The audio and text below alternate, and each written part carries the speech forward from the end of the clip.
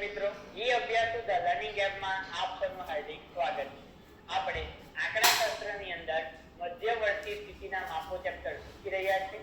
અગાઉ આપણે બહુલકના જે દાખલા જોયા તૃતીય આવૃત્તિ વાળા, એના જો બીજો દાખલા જે આપણે શીખવાના છે કે જેમાં આપણે તૃતીય આવૃત્તિ આપેલી હશે શોધવાની છે। પ્રથમ પહેલા વાંચીએ આપણે નીચેના આવૃત્તિ વિસ્તરણનો બહુલક 234 આપણને આપેલો છે, તો તૃતીય આવૃત્તિ આપણે શોધવાની છે। તો આપણને અહીંયા જવાબ આપેલો છે, પણ જવાબ બહુલકનો 234 આપેલો છે। કૃત્ય આવૃત્તિ આપણે લાવવાની છે। જો કૃત્ય આવૃત્તિ હોય તો તમને આવૃત્તિનો સરવાળો આપેલો હોવો જોઈએ। ખ્યાલ આવે છે કે મધ્યસ્થના દાખલા હોય કે દાખલા બહુલકના હોય, ખ્યાલ આવી ગયા વસ્તુમાં। તો આની અંદર આપણે જોવા જઈએ, આપણને વેતન આપ્યું છે, કારીગરની સંખ્યા આપેલી છે, એટલે કે વર્ગ અને આવૃત્તિ આપણને આપેલી છે। બે આવૃત્તિ કૃત્ય આવૃત્તિ આપણને નહીં આપી, એ બંને બાજુમાં જ છે પાછી, છે ને। બીજું કે આપણને છેલ્લે આપ્યા છે કુલ સરવાળો આપ્યો 230, તો 230 આના છે, આ કુલ આવૃત્તિનો સરવાળો તમને આપેલો છે, એટલે કે તમને n બરાબર 230 આપેલા છે ને આપેલા હોવા પણ જોઈએ। જો આ સંખ્યા ન હોય ને દાખલો ગણાય જ ના, શક્ય જ નથી। કહેવાનો મતલબ કે આપણને જ્યાં જવાબ આપેલો હોય તો આપણને n આપેલા હોવા જોઈએ, તો આપણે દાખલો ગણી શકીએ। ચાલો આપણે રકમ લખી લઈએ। વર્ગ એટલે 200 થી 210, લખીશું આપણે અહીં વર્ગ 200 થી 210 છે, 200 થી 210, 10 થી 20 કે 200, 10 થી 220, 220 થી 230, 230 થી 240, 240 થી 250, 250 થી 260 ને 260 થી 270 ચેક કરી લેવાનું કે છેલ્લે વર્ગ આવે છે બરાબર। પરીક્ષા આપવા બેઠા હોય તો બે બધું ચેક કરવાનું, રકમ સાચી લખવાની મોટા ભાગે, તો સાચી લખવાની મોટા ભાગે ના હોય એમાં, તો કહેવાનો મતલબ રકમ સાચી લખજો। આપણને આવૃત્તિ આપેલી છે તો લખીશું આપણે આવૃત્તિ F5 કહેવાય। 4 16, જો 4 અને 16 આપેલા છે, પછી આપણે પ્રશ્ન ચિહ્ન, ગયા જે વિડીયોમાં આપણે દાખલા શીખેલા એમાં આપણને x1 અને x2 આપેલા, જે આપણે રકમમાં આપેલા હતા જ, પણ આપણે પ્રશ્ન ચિહ્ન આપ્યો છે તો આપણે કોઈ પણ નામ ધારી શકીએ। આ જગ્યા તો બાકી વાળી છે આપણે બે જગ્યા, પછી આપણે એમાં છે 40, તો લખીશું આપણે 40, 6 અને 4, 6 અને 4, આપણને એ છેલ્લે કામ લાગશે 230, એ પછી જોઈએ આપણે। હવે આપણને જે વસ્તુ આપેલી છે n આપ્યા લખી દઈએ આપણે કે આપણને n બરાબર 230 આપેલા છે, આ લખો તે પણ ચાલે પણ લખી દેવાનું। પછી આપણને બહુલક આપ્યો છે જવાબ, એ પણ લખી દઈએ આપણે, બહુલક z લખો કે m લખો તે પણ ચાલે, જવાબ છે 234, 2 3 4 થઈ ગયું। હવે આપણે જે બે સંખ્યામાં પ્રથમ ચિહ્ન આપણને આપેલા છે એ આપણે ધારી લેવાના। તમે x1 લખો, x લખો તે પણ ચાલે, a લખો, b લખો તે પણ ચાલે, પણ આપણે લખીશું f1 અને f2।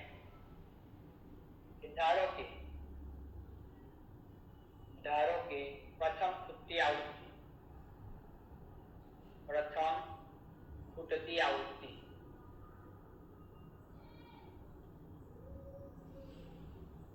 બરાબર f1, આપણે નામ કોઈ આપ્યું છે એનું f1, એના પછી જે બીજી તૃતીય આવૃત્તિ નામ આપણે આપી દઈશું હવે બીજી તૃતીય આવૃત્તિ, બીજી તૃતીય આવૃત્તિ બરાબર f2, તમે x1 x2 લખો તે પણ ચાલશે, પણ આપણે લખ્યું છે f1 f2, તો પહેલી જે માઇન છે એનું નામ આપણે f1 રાખીએ છીએ, બીજી માઇનનું f2। ખ્યાલ આવી ગયો? આવૃત્તિ આપેલી છે, આપણે સરવાળો કરીએ બરાબર, કારણ કે જે તૃતીય આવૃત્તિ હોય તો આપણે સરવાળાની જરૂર પડશે, આપણે સરવાળો કરીએ તો સરવાળો કોનો કરવાનો, જે સંખ્યા છે ત્યાં તમે અંક આપેલા એનો સરવાળો કરીએ, f1 f2 જેવા છે તેવા રહેવા દેવાના। તો 4 + 16 + 40 + 6 + 4 તો 70 થાય છે। તો આપણે લખવાનું કે n બરાબર કેટલા 70 + f1 + f2 ઉમેરી દેવાના। ખ્યાલ આવ્યો ને? ઓકે, 70 + f1 + f2, તો આ જવાબ આવી હવે આના આધારે આપણે આગળ ગણતરી કરીએ. ચાલો અત્યારે પહેલા ગણતરી પૂરી કરીએ આપણે. આપણને કોની જરૂર પડવાની છે?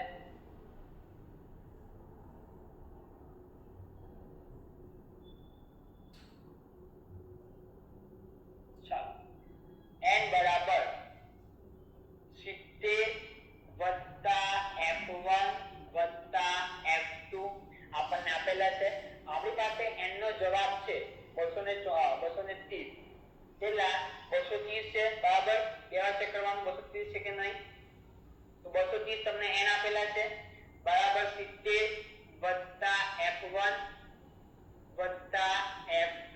હવે ધ્યાન આપજો કે 70 પ્લસ છે જે બરાબરની પેલી બાજુ છે, તો મારે એને બરાબરની આ બાજુ લાવવા હોય, બરાબરની આ બાજુ, તો ડાયરેક્ટ માઈનસ થઈ જાય. તો માટે 230 જેવા છે તેવા વત્તા છે બરાબરની આ બાજુ લાવું તો -70. તો આ બાજુ કેટલા બાકી વધે? f1 વત્તા f2. ખ્યાલ આવ્યો? તો 230 માંથી બાદ કરીએ કેટલા? 70. તો 2 ની બાદબાકી થાય 160. 160 બરાબર f1 વત્તા f2. આને કહેવાય સમીકરણ નંબર 1. ખ્યાલ આવી ગયો? હવે આમાંથી તમારે કોઈ એકની કિંમત લઈ આવવાની. જેમ કે તમારે f1 લાવવા હોય, f1 ની કિંમત, તો f2 તમારા બરાબરની આ બાજુ લઈ આવવાના. તો 160 f2 બરાબર તમને f1 મળે. એ જ પ્રમાણે f2 ની કિંમત લાવી હોય તો f1 આ બાજુ લાવો તો 160 f1 બરાબર f2. તો આપણે પહેલા આગળ વધીએ, આ બાજુ ગણતરી કરીએ. હવે આપણે જેવી ગણતરી કરતા હતા એ જ પ્રમાણે ગણતરી કરી પહેલા આપણે, તો આપણને ખ્યાલ આવશે કે આપણને ભાઈ કોની કોની જરૂર પડવાની છે. તો પહેલા આપણને બહુલક વર્ગ જોઈએ કે ના જોઈએ? જોઈએ ને. એ બહુલક વર્ગ કોને કહેવાય? એવો વર્ગ કે જેની અંદર આપણા જે બહુલકનો જવાબ અંદર સમાયેલો હોય ને બહુલક વર્ગ કહેવાય. ઓકે. પણ આપણા દાખલાનો જવાબ આપણને આપેલો છે, કેટલા જવાબ? 234. તો લખીશું આપણે ગાડી કે માટે બહુલક વર્ગ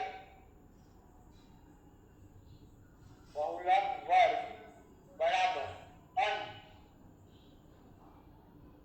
અહીં બહુલકનો જવાબ કેટલો જવાબ છે? બહુલકનો 234. જવાબ 234 આપેલ છે.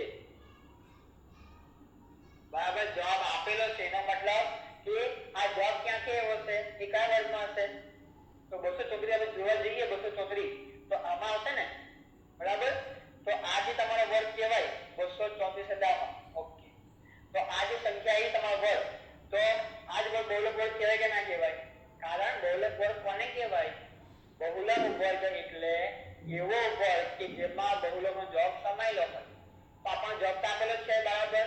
તો સિમ્પલ કે જવાબ આવ્યો છે તો આ વર્ગની વચ્ચે જવાબ છે, મતલબ કે આ વર્ગ કયો વર્ગ હશે? બહુલક વર્ગ હશે. આ ખૂટી આવી તમને આપેલી છે બરાબર. જવાબ આપણને આપ્યો છે બહુલકનો, તો આપણે આ જ પ્રમાણે ગણતરી કરવાની હોય. ખ્યાલ આવ્યો? બાકી તમે જોવા જાઓ કે ખરેખર નિયમ કયો છે કે જ્યારે વર્ગ અને આવૃત્તિ આપેલી હોય, એટલે કે બાજુમાં આવૃત્તિ હોય, તો સૌથી મોટી આવૃત્તિ કઈ છે? જે સૌથી મોટી આવૃત્તિ હોય એની બાજુનો વર્ગ બહુલક વર્ગ કહેવાય. મધ્યસ્થમાં પણ એવું જ છે. એ દાખલાને કીધું કરે મધ્યસ્થ વર્ગ, મધ્યસ્થ બહુલક. મધ્યની વાત ભૂલી જાઓ, મધ્યસ્થ અને બહુલકમાં ખાલી આવે તો બોલાઈ ગયો છે. પણ વિચારો કે આપણે આમાં જોવા જઈએ તો આ 40 છે, તો 40 સૌથી મોટા દેખાય તમને એની અંદર, તો આ વર્ગ આવે કે નહીં આવે? પણ આમાં જવાબ કાં છે? જવાબ આવે છે અંદર. કારણ કે જો બે આવૃત્તિ છે ખૂટતી આવૃત્તિ, તો શું ખબર છે રકમ મોટી પણ હોઈ શકે. તો આપણો જવાબ કેવો આવે છે? તમે જોઈ શકો આપણો જવાબ 234 છે, તો આ વર્ગમાં આવે છે. એનો મતલબ કે આ આવૃત્તિ મોટી જશે 100%. આની કરતા મોટી જશે, આની કરતા મોટી હશે. જેમ કે આપણે આગળ દાખલો ગણેલો આપણા વિડીયોમાં દાખલાની છે, તો તમે જોઈ શકો છો આની અંદર કે આપણે વાત કરીએ કે આપણે ખૂટતી આવૃત્તિ આપણે વાત કરીએ તો f0 એટલે કે x1, તો x1 નો જવાબ કેટલો આવેલો? 38.4. x1 નો જવાબ આવેલો 38.4 અને x2 નો જવાબ છે 32.6. 32.6 ને આ વચ્ચે કેટલા છે? 50. તમે જોઈ શકો છો જે વર્ગ છે એમાં મોટી આવૃત્તિ હોય કે ના હોય? હોય જ. બરાબર ને. તો તે વર્ગ કહેવાય. સમજાય છે આ વસ્તુ? આ ચાલો તો ફરી એકવાર જોઈએ કે ધ્યાન આપજો. અહીં ગાડી કઈ વાત હતી આપણી કે આ જે વર્ગ છે જવાબ આપણને આપેલો છે, એનો મતલબ આ વર્ગ કયો કે બહુલક વર્ગ કહેવાય. તો લખી દેવાનું આપણે કે માટે બહુલક વર્ગ કયો આવશે? 234 240. જેવો તમે બહુલક વર્ગ લખો કે મધ્યસ્થ વર્ગ લખો, આપણને તરત યાદ આવવું જોઈએ કે આ જે વર્ગો છે એ નિવારક છે કે અનિવારક છે. તો આપણે ચેક કરીએ તો 210 થી 220, 220 થી 230, 230 થી 240, એટલે કે ક્રોસમાં અંકો કેવા સરખા જ છે. આ ક્યાં કહેવાય? નિવારક કહેવાય. જો અનિવારક હશે તો ખાલી એટલો ફરક પડે કે આપણે નિવારક ખાલી બનાવવું પડે બસ. બાકી જેવી ગણતરી કરી શકતા આપણે હાલમાં એ જ પ્રકાર ખાલી ગણતરી કરવાની હોય. બરાબર છે? તો હવે આપણે બહુલકની ગણતરી કરીએ તો માટે બહુલક z બરાબર સૂત્ર l વત્તા અંશમાં f1 માઈનસ f0 છેદમાં 2f1 minus f0 minus f2 ગુણ્યા c. જો દાખલામાં તમને વર્ગ એ અનિવારક આપેલો હોય તો નિવારક બનાવવાનો, 0.5 બાદ કરો, 0.5 ઉમેરી દેવાના. બરાબર? પછી તમારે ખાલી આ l બરાબર જે નિવારક વર્ગ હોય એનો અભ્યાસીમાં તમારે લેવાની, c બરાબર જે નિવારક વર્ગ હોય એની તમારે વર્ગ લંબાઈ લેવાની. સમજાય છે? એટલે l અને c ને ફરક પડે, બાકી વચ્ચેનો કોઈ ફરક પડતો નથી. પણ એનાથી જવાબમાં ફરક પડીએ પાછો, એટલા માટે તમારે કમ્પ્લીટ જોવાનું. બરાબર? આ તો નિવારક જ છે તો વાંધો આવશે નહીં. મારા ખાલી તમને જાણકારી કે કદાચ અનિવારક વર્ગ આવે તો ની વાત છે. સિમ્પલ વસ્તુ છે, બહુ ગભરાવું નહીં. 0.5 બાદ કરો, 0.5 ઉમેરી દેવાના બસ. જે 0.5 બાદ કરો તો એ તમારો l કહેવાય, બાદ કરો એને વર્ગ લંબાઈ કહેવાય. પતી. ચાલો અંશમાં મૂકતા જઈએ આપણે. તો સૌથી પહેલા આપણે લખી દઈએ બાજુમાં કે f1 કોને કહેવાય, f0 કહે છે અને f2 કહે છે. હવે પ્રથમ હવે ખાસ ધ્યાન આપજો. જો હવે આપણે જે વર્ગ હોય છે બહુલક વર્ગ, તો એની બાજુમાં જે હોય એને આપણે f1 કહેવાનું. એની ઉપર જે હોય એ આપણો f0 હોય, એના નીચે હોય એ f2 હોય. તો આ f1 આ f2 તો આ f1 આખું છે. આ તમે જે ધાર્યા તે રકમ છે, અમન ખ્યાલ નથી તે ખ્યાલ આવે છે. પણ હવે જો ગુચવાડો થતો હોય તો x1 x2 લખી દેવાનું. પહેલામાં આપણે x1 x2 લખેલા જ છે, પણ તમે ખ્યાલ આવે તો લખી આપણે ગાડી f1 f2. ગુચવાડો નહીં, સિમ્પલ કોન્સેપ્ટ ક્લિયર રાખો ખાલી દિમાગની અંદર કે આ જે f1 f2 છે એ કહે છે કે જે આપણે આવતી આપેલ નથી તે આપણે ધારી તે છે. ને આ આપણે ગાડી સૂત્ર પ્રમાણે આપણે જોયું છે કે આપણે લખ્યું ગાડી કે ભાઈ જે આપણો બહુલક વર્ગ આવે એની સામે જે આવતી હોય એ f1 કહેવાય, એની ઉપરનું f0 એની જે f2 કહેવાય. બરાબર? બહુ ગભરાવું નથી, આપણે આ ચાલ રાખીશું, બદલતા નથી. ચાલો l ની કિંમત કઈ લેવાની? તો જે આપણો બહુલક વર્ગ આવ્યો છે એ નિવારકની આપણે અગત્યમાં લેવાની. તો l ની કિંમત 230 વત્તા અંશમાં f1 ની કિંમત, તો f1 ની કિંમત f2 છે. સમજાય છે? ફરી વાર બોલું છું, ગભરાતા નહીં, ગુજરતા નહીં. સિમ્પલ છે કે જે વર્ગ આવે એની બાજુની જે આવતી હોય એને f1 કહેવાય, ઉપરને આવતી f0, નીચેને આવતી f2. આ કોઈ સંખ્યા બેલ તો સ્વાભાવિક પ્રમાણ નહીં કરી પણ આપણે નહીં આવી પેલા આપણે f1 f2 લખવા શીખી. બરાબર? ચાલો તો ફરી એકવાર f1 ની કિંમત f2 કહેવાય, f1 ની કિંમત છે f2 માઈનસ f0 ની કિંમત f1, નીચે પછી 2 f1 ની કિંમત f2 લેવાની છે આપણે, તો f0 ની કિંમત f1 લેવાની છે અને f2 ની કિંમત 40 લેવાની છે. ગુણ્યા વર્ગ લંબાઈ કઈ લેવાની? જે નિવારક વર્ગ હોય તે. તો 240 માંથી 230 બાદ કરીએ 10 આવી જાય. ખ્યાલ આવ્યો? પણ આમાં ખ્યાલ આવ્યો? આમાં ખાસ જોવાનું છે આપણે કે f1 ની કિંમત f2 છે, f1 ની જગ્યા પર આપણે લખવાના f2 ને f2. જ્યાં f0 છે ત્યાં આપણે f1 મૂકવાના છે અને f ની કિંમત 40 કે 100.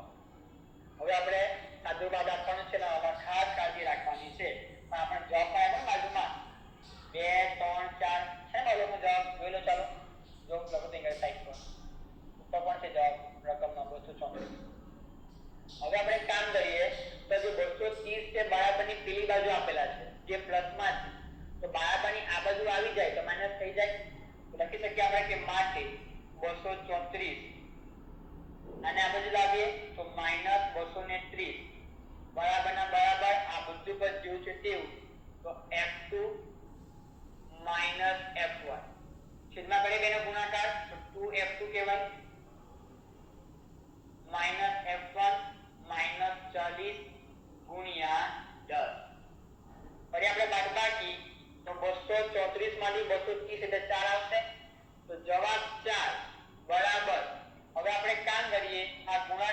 ગુણાકાર બતાવી દઈએ એનો તો લખી શકીએ આપણે 10 કાઉન્ટમાં f2 માઈનસ f1. એવું ના લખવું હોય તો તમે પાછળ ગુણાકાર કહો તે પણ વાંધો નથી. કેવી છે તેને કાઉન્ટ આપી દઈએ પહેલા આપણે તો એ f2 માઈનસ f1 કાઉન્ટમાં લખી દઉં 10 કાઉન્ટની બાજુ લખી દઉં કારણ કે આનો કયો સંબંધ કહેવાય ગુણાકારનો સંબંધ કહેવાય ગુણાકારમાં કહેવાય આગળ લખો તે પણ ચાલે સરખું થવાનું છે. જે હમણાં જેવો છે તેવો લખીએ આપણે કે 2f2 માઈનસ f1 માઈનસ કેટલા 40 થઈ ગયું. હવે આપણે જે આપણે ભાગાકારમાં લખ્યું એ બરાબરની પેલી બાજુ ભાગાકારમાં છે તો બરાબરની આપણે ક્યાં આવી જાય ગુણાકારમાં આવી જશે. ભાગાકારમાં આપણે આવે તો ગુણાકાર આપણે ખાલી કાઉન્ટ કરી દેવાનો 4 જેવા છે તેવા ઉપર લાવીએ તો બાજુમાં કરી કાઉન્ટ આપણે કે 2f2 માઈનસ f1 માઈનસ 40 બરાબર આ પર જેવું છે તેવું કાઉન્ટ રાખીએ આપણે f2 માઈનસ f1 કાઉન્ટમાં 10 એ કાઉન્ટ આપણે ફરજિયાત છે કારણ કે ભૂલ થશે એટલા માટે કાઉન્ટ રાખવાનું. તો હવે તમે 10 આગળ લખો તે પણ ચાલશે તો લખતા પણ નથી ખબર દઈએ આપણે અને આ ખબર પડી કે ભાગાકારમાં પદ આપેલું એ બરાબરને આપણે આ બાજુ લાવ્યા તો ક્યાં આવી ગયા ગુણાકારમાં આવી ગયા. હવે આપણે બરાબરથી આ 4 નો ગુણાકાર 3 સાથે કરવા તો કરતા જઈએ ગુણાકાર 4 ગુણ્યા 2f2 તો 4 નો ગુણાકાર 2 સાથે થાય 2 ચોક 8 તો 8f2 આવશે. આ ખ્યાલ આવ્યો બરાબર છે 4 દુ 8f2 માઈનસ ના માઈનસ 4 નો ગુણાકાર f1 સાથે તો 4f1 માઈનસ 4 નો ગુણાકાર 40 સાથે તો 160 બરાબર ના બરાબર ખ્યાલ આવ્યો. 4 નો ગુણાકાર વાળા પરથી આ 3 સાથે આપણે બતાવી દેવાનું. ઓકે પણ જો 4 વત્તા આગળ વત્તા વત્તા વત્તા વત્તા ઓછા ઓછા વત્તા ઓછા ઓછા આ ખાલી થોડીક જાણકારી. હવે આનો કરીએ ગુણાકાર તો 10 નો ગુણાકાર વાળા પરથી કરીએ તો f2 ગુણ્યા 10 એટલે 10f2 માઈનસ f1 નો ગુણાકાર 10 સાથે કરીએ તો 10f1 આ ખ્યાલ આવી ગયા. તમે આગળ વખતે તો પણ ચાલશે આ પાછળ લખો તે પણ ચાલશે ગુણાકાર કરવાનો છે. હવે આપણે f1 વાળા પર એક બાજુ રાખીએ અને f2 વાળા બાજુ રાખીએ અથવા f એક બાજુ સંખ્યા એક જ છે. ચાલો હવે આમાં ખાસ ધ્યાન આપજો. હવે આ 8f2 ને આ f2 તો જો આ 10f2 ને આ 8f2 છે તો મોટા કોણ કહેવાય 10 કહેવાય તો આપણે ત્રિપા લઈ ગયા ને બરાબર ને ગરી. ચાલો તો અહીં બાકી રહેશે -160. ઓકે શું કરીએ આપણે ઓકે અત્યારે હાલમાં પહેલા આપણે 8 પેપર લઈ ગયા પેલી બાજુ આપણે તો અહીં કેટલા બાકી વધશે -4f1. જો બીજે સમજાવો આ બી f1 છે આ બી f1 વાળું પદ કહેવાય તો આ -4 છે ત્યાં +10f છે તો આ -10 ઉપર આપણે લાવો તો પ્લસ થાય તો પહેલા ને આપણે પહેલા બરાબર લાવીએ તો એ ડાયરેક્ટ પ્લસ થઈ ગયા f1 કઈ દે જે બરાબરની પેલી બાજુ માઈનસ માં છે અને આપણે આ બાજુ લાવ્યા તો પ્લસ થઈ ગયા. આ જોઈ જેવું બહાર લેખા કે આ બાજુ -4f1.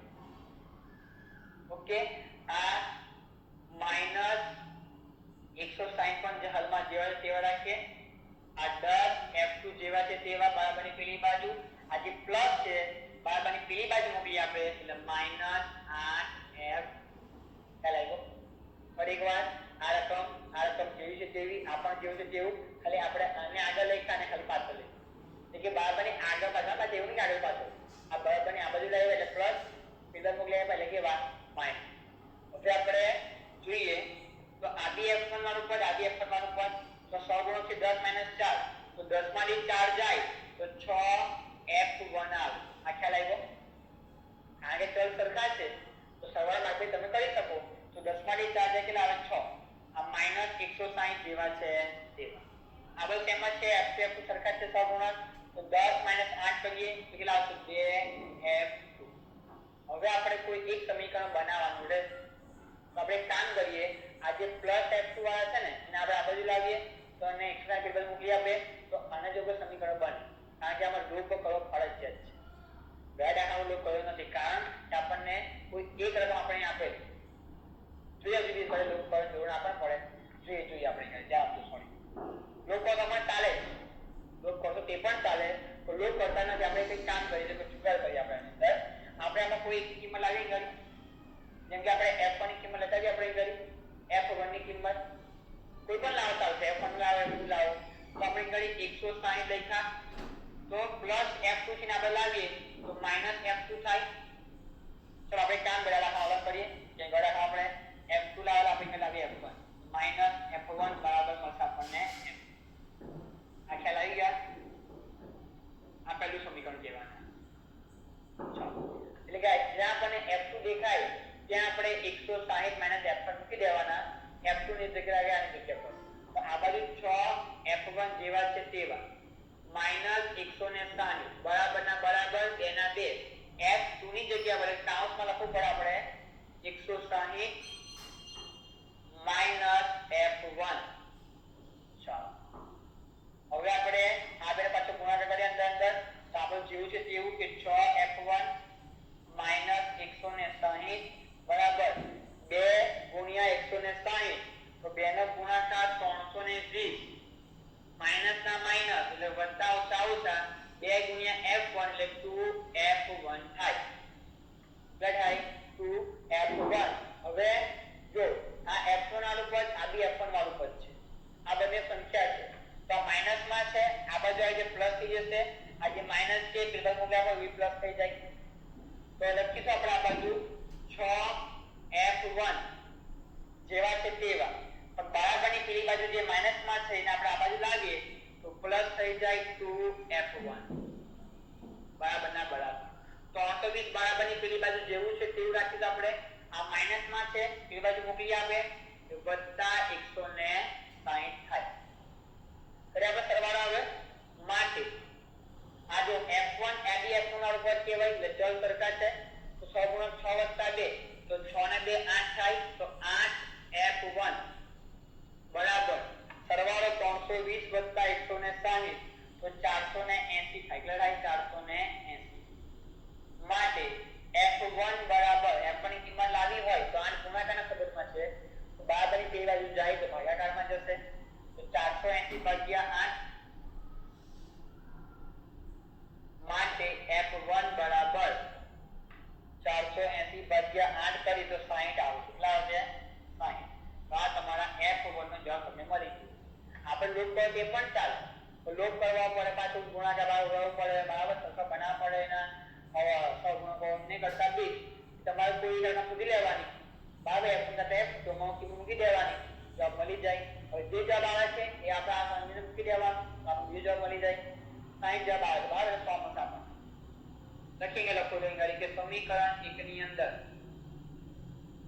સમીકરણ 1 માં f1 બરાબર 60 મૂકતા f1 બરાબર 60 મૂકતા. ચાલો તો લખીએ પાછા આવી 160 માઈનસ f1 બરાબર f2 આપણે f2 મળી જાય. ઓકે તો 160 જેવા છે તેવા f1 ની કિંમત છે 60 બરાબર f2 તો 160 માંથી 60 જાય તો કેટલા વધે 100 તો 100 બરાબર f2 એ આપણને f2 પણ મળી ગયા કેટલા 100. પછી આનો જવાબ આપણને કે f1 60 ને f2 કેટલા 100. પછી આપણે માટી પ્રથમ ખૂટતી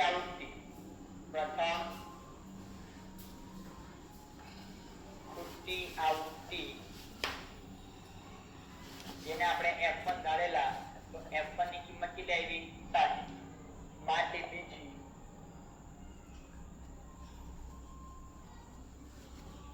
ખૂટતી આવૃત્તિ જેને આપણે f2 ધારેલા એનો જવાબ આવે છે 100. બરાબર છે તો અહીં આપણો જવાબ પૂરો થઈ ગયો 60 અને 100. હવે આપણે કિંમત મૂકી દઈએ એની અંદર તો આપણને ખ્યાલ આવી જાય આની અંદર આ છે ને f1 f2 તો 70 તમને આપેલા 70 વત્તા f1 નો જવાબ છે 60 અને f નો જવાબ 100 તો સરવાળો 230 થઈ ગયો થઈ જાય છે. મતલબ કે દાખલો બરાબર છે. તો તમે જોઈ શકો છો કે f1 ની કિંમત 60 આવી આપણે f ને કઈ કેટલા આવ્યા 60 આવ્યા છે બરાબર f2 સોરી આ f2 છે ને તો f2 ની કિંમત કે f2 આ f1 ની f2 કેટલા આવ્યા 100 એટલે આપણે 100 મળી ગયા f1 કેટલા મળ્યા આપણા 60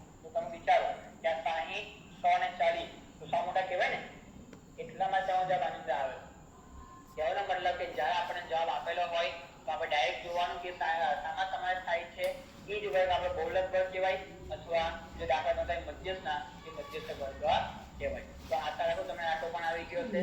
બંને દાખલા થયેલા જ છે. બરાબર છે. આપણે આગળ વિડીયો બનાવ તે પણ અને આ પણ ખાલી કહેવા મતલબ પ્રેક્ટિસ હોવી જોઈએ. આમાં આપણે ઘણી વખત પાક્યા ગુણાકાર ભાગાકાર સરવાળો બાદબાકી નિયમ બદલાય ત્યાં બદલાય બરાબરી એક બાકી બદલાય તો જ બદલાય. ટાઈમ પકડવાનો એટલે તો આવ્યું. કાળજી રાખશો તમે નિયમ લખવામાં તો દાખલો તમને કોઈ પણ આવડશે. પણ પ્રેક્ટિસ કરવાની કે બીજું જાતે કરવાની ટ્રાય કરવાની. જેટલું જાતે ગણશો એટલું તમને પાક્કું આવડશે. બરાબર.